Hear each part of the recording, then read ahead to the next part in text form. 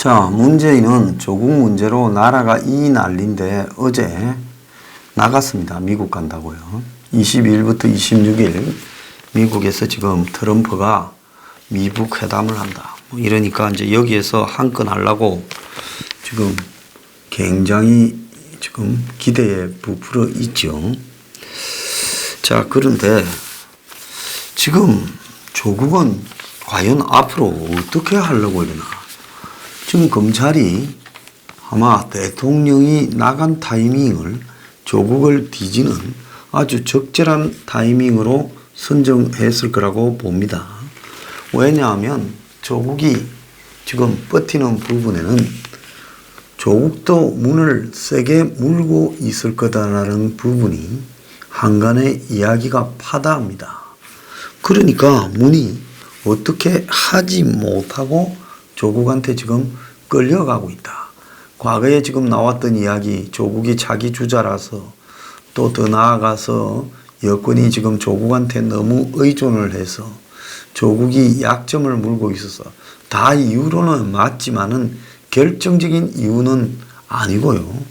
조국이 어떤 형태로든 지금 문 쪽에서 좀 나가줬으면 하는 생각도 있을 건데 조국이 그걸 강하게 거부하고 있고 또 그걸 갖다가 만약에 조국이 강하게 거부하고 있다면 달리 조국한테 나가라고 할 수 있는 수단이 없는 거 아니냐.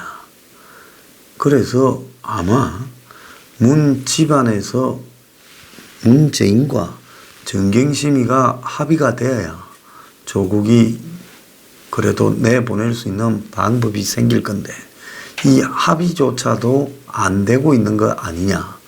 이런 지금 설이 난무하고 있습니다. 다 설에 불과하지요.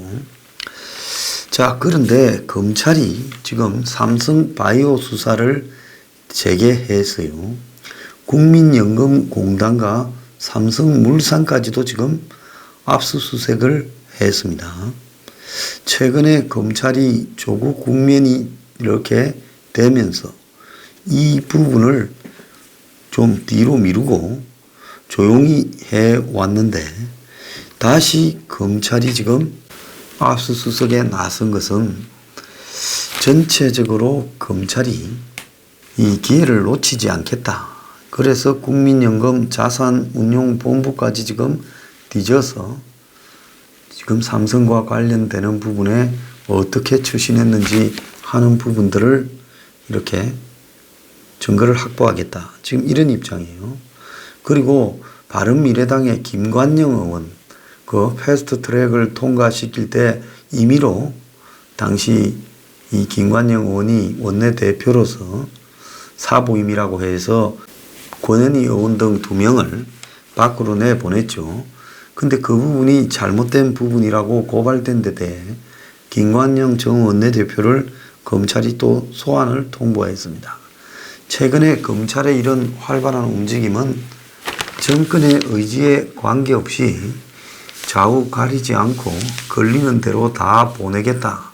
그래서 검찰이 특정하게 조국 문제만 검찰의 이해관계 때문에 수사하는 게 아니다. 이제 우리는 걸리는 대로 전부 다 보내버리겠다. 이런 의지를 갖다가 내비친 부분이라고 볼 수 있습니다. 오늘 아침에 리얼미터 조사에 보면 리얼미터가 하는 여론조사가 몇 개 되는데 그 중에 YTN하고 하는 여론조사에 보면 항상 문재인이 좀 많이 나왔어요. 근데 이 여론조사는 지난주에 47.2가 나왔는데 이번 주에 45.2로 2% 떨어지고 부정이 2% 올랐습니다. 그리고 야당의 지지가 또 한 2.4% 정도 오르는 그리고 여당의 지지가 1.4% 떨어지는 이런 조사 결과가 나왔습니다. 이번 주 들어서도 지속적으로 지금 여론이 나빠질 거라는 것을 암시하고 있어요. 문재인은 미국 가가지고 미국 대화를 가지고 지금 한 건 해서 이 와중에서 빠져나가 보겠다 이런 생각을 하는데 그런 부분들이 녹록치 않을 거라는 걸 지금 보여주고 있습니다. 그런데 조국에 대해서 영장을 갖다가 지금 할 수 있느냐, 이런 부분이 지금 상당히 궁금증을 낳아내고 있어요. 그래서 부부는 보통 이렇게 같이 처벌하지 않는데 정경심이를 구속하면 조국까지 구속하겠느냐, 이런 부분이 있는데, 지금 검찰하는 걸 보면 그게 법에 부부를 같이 구속하지 않는다라는 말은 없습니다. 다만 여태까지 관례적으로 부부를 같이 구속하는 것은 너무 잔혹하다 해서 한쪽에 집중했어요. 근데 오늘 조국 집에 대한 압수수색과 조국 아들 학교에 대한 압수수색까지 검찰이 나간 걸 보면 우리는 나름 일정한 선에서 이 일을 마무리하려고 노력을 했는데 조국이 그걸 응하지 않아서 끝까지 갈 수밖에 없었다라는 명분을 검찰이 지금 확보를 하려고 하는 걸로 보이고요. 자, 그리고 더 나아가서 정경심이가 구속되면 조국은 불구속으로 기소하겠죠. 그래서 둘 다 동시에 구속은 시키지 않더라도 하나가 구속되면 하나는 불구속으로 기소를 보통 합니다. 근데 검찰은 지금 조국과 정경심이 사이에는 최순실과 그다음 박근혜 전 대통령, 즉 묵시적 동의라는 부분과 경제 공동체라는 부분을 이미 법에서 이렇게 확인을 했지 않습니까? 그러니까 조국이 지금 자기 마누라가 이렇게 하는 부분들을 모를 리가 없는 것이고, 그래서 결국은 조국의 동의하에 사모펀드 회사를 사실상 소유하고 투자하고 또 거기서 횡령하고 더 나아가서 공사문서를 위조하고 하는 부분을 같이 다 공모했다, 이렇게 지금 보고 있을 거라고 봅니다. 자, 어쨌거나 조국도 기소되는 것은 시간 문제인데요. 그러면 문 정권은 조국을 도대체 언제까지 둘 거냐? 제가 볼 때 문은 조국이 기소되어서 본인 스스로가 기소된 법무장관이 법무장관을 수행할 수가 없으니까 그만두겠다 할 때까지 이 사태를 방치할 거라고 보입니다. 왜 그런가 하니 문은 조국을 그만두게 할 방법이 없는 것 같아요. 그는 왜 없느냐? 그건 조국과 관련되는 부분에서 문이 조국에게 그만두라고 할 수 없는 어떤 정말 특별한 상황이 지금 있다는 겁니다. 그 부분에 관한 것은 민정수석으로 조국을 2년 넘도록 부리면서 조국이 너무 많은 것을 갖다가 알고 있고, 그러다 보니까 조국이 혼자 죽으라면, 조국은 여기서 그만두라 하면 문이 자기를 버렸다라고 인식할 거고, 온 집안이 딸 아들까지 풍비박산이 나게 된 상황에서 아마 조국은 문을 물고 늘어질 가능성도 있다.